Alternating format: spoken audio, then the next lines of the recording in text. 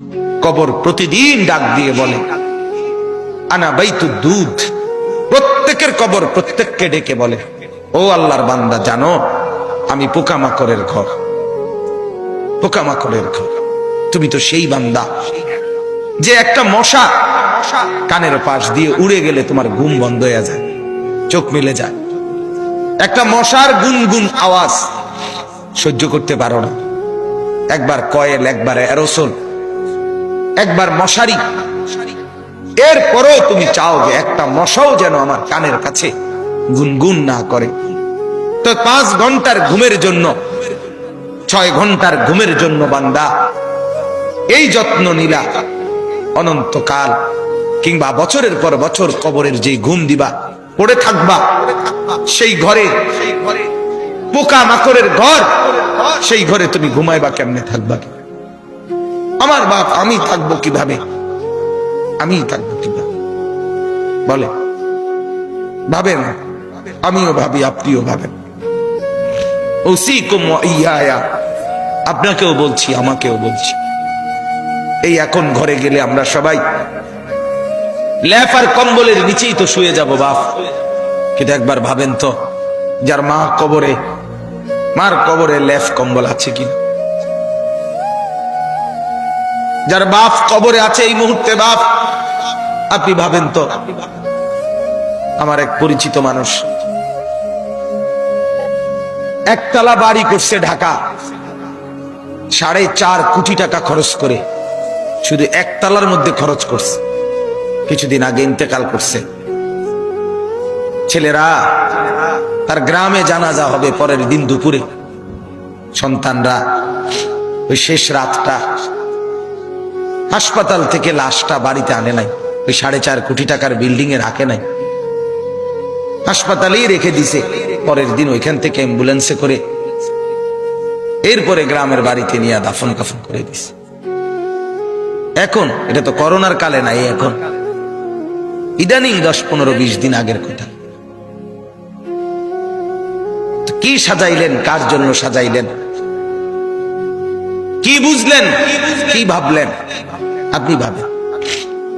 এজন্য কবর প্রতিদিন বলে, বান্দা তুমি কেমনে থাকবা? অগণিত পোকা মাকড়, অগণিত পোকা মাকড় তোমাকে ঘিরে ধরবে, কেমনে থাকবে? কবর বলে আনা বাইতুল ওয়াহদা, আমি একাকী ঘর, একাকী ঘর। ও আল্লাহর বান্দা, আমি একাকী, ডানে বামে কাউকে পাবা না। পৃথিবীর সবচেয়ে বড় যন্ত্রণার নাম হলো একাকিত্বের যন্ত্রণা, একাকিত্ব।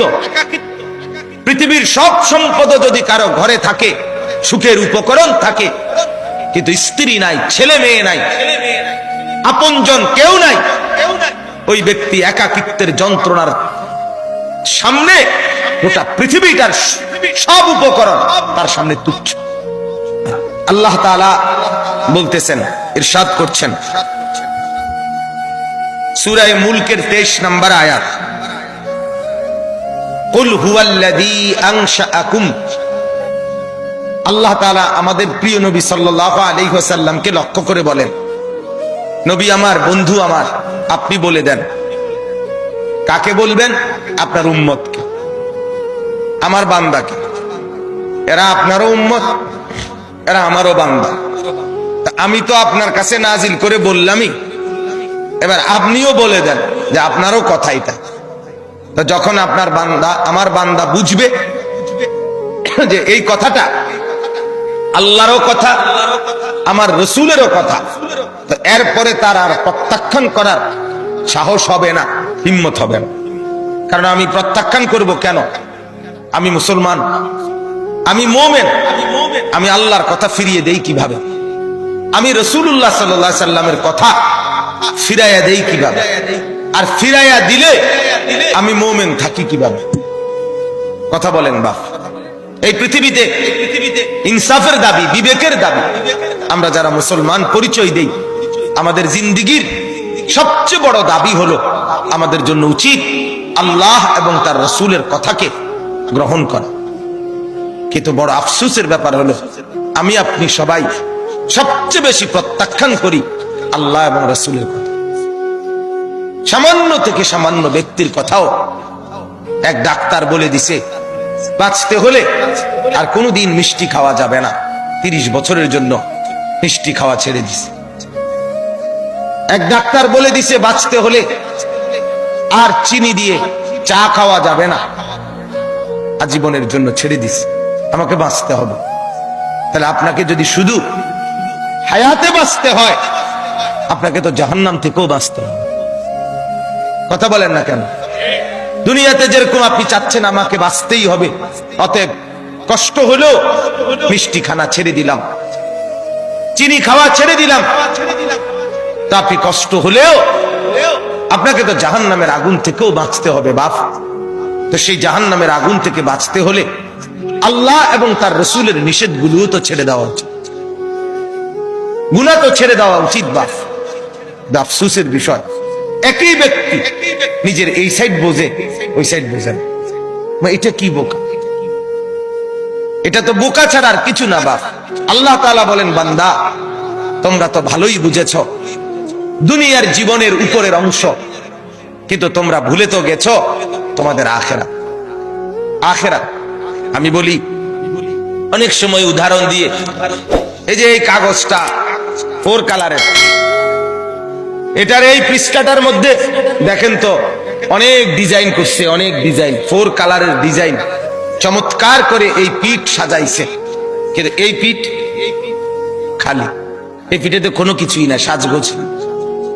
তো আল্লাহ তাআলা যেন বলছে, বান্দা মাটির উপরে তোমার যেই ঘর, সেই ঘর তো খুব সুন্দরভাবে সাজাইলা, ইট বালু সিমেন্ট, ময়মনসিংহ থেকে বালু আনছো, সিলেট থেকে পাথর আনছো, 1 নাম্বার ইট 1 নাম্বার বালু, এরপরে টাইলস, এরপরে খাট পালং sofa furniture, fridge AC, dining table, চায়ের কাপ, কাচের প্লেট, লবণের বাটি, অত্যাধুনিক সাজে পুরা ঘরটা সুন্দর করে সাজিয়েছ।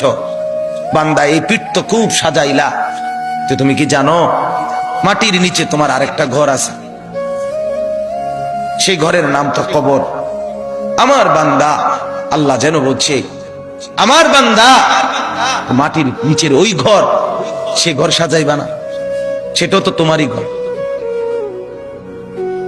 কি ভাই, শেষ বেলায় আমার বাপ, আমার ভাই, আমার বন্ধু, রাত অনেক হয়েছে, আমি ইচ্ছে থাকলেও লম্বা করতে পারবো না ভাই, আমারও ফিরে যাইতে হবে, কুমিল্লা ক্যান্টনমেন্ট যাইতে হবে। আমি আজকে গত শুক্রবারে বের হয়েছি, এখনো পথে পথে আছি, বাসায় যাই নাই, আজকে 5-6 দিন। তো আমি বলতে চাচ্ছি আপনাকে এই কথা, মাটির নিচের ওই ঘর, সেটা আপনারই ঘর, সেটা আমারই ঘর বাপ। সে ঘর সাজাবেন না, সে ঘরে এভাবে ভুলে গেলেন, এভাবে ভুলে গেলেন। তো এই জন্য বলি, এটা যেন এমন মাটির উপরের এই ঘর যদি খাট পালং আর সোফা দিয়ে সাজে, আল্লাহর কসম মাটির নিচের আপনারই ওই ঘর সাজতে হলে জিকির আর তাসবিহ তেলাওয়াত লাগবে। এই ঘর সাজবে খাট পালং দিয়ে, ওই ঘর সাজবে জিকির তাসবিহ তেলাওয়াত দিয়ে, আল্লাহ তাআলার গোলামি দিয়ে। প্রতিটা সেজদা ওই ঘর সাজিয়ে দেবে, প্রতিটা জিকির ওই ঘর সাজিয়ে দেবে, প্রত্যেকটা বন্দেগী আপনার কবরের ঘর সাজিয়ে দেবে। কবর প্রতিদিন ডাক দিয়ে বলে, আনা বাইতুদ দুধ। প্রত্যেকের কবর প্রত্যেককে ডেকে বলে, ও আল্লাহর বান্দা জানো আমি পোকামাকড়ের ঘর, পোকামাকড়ের ঘর।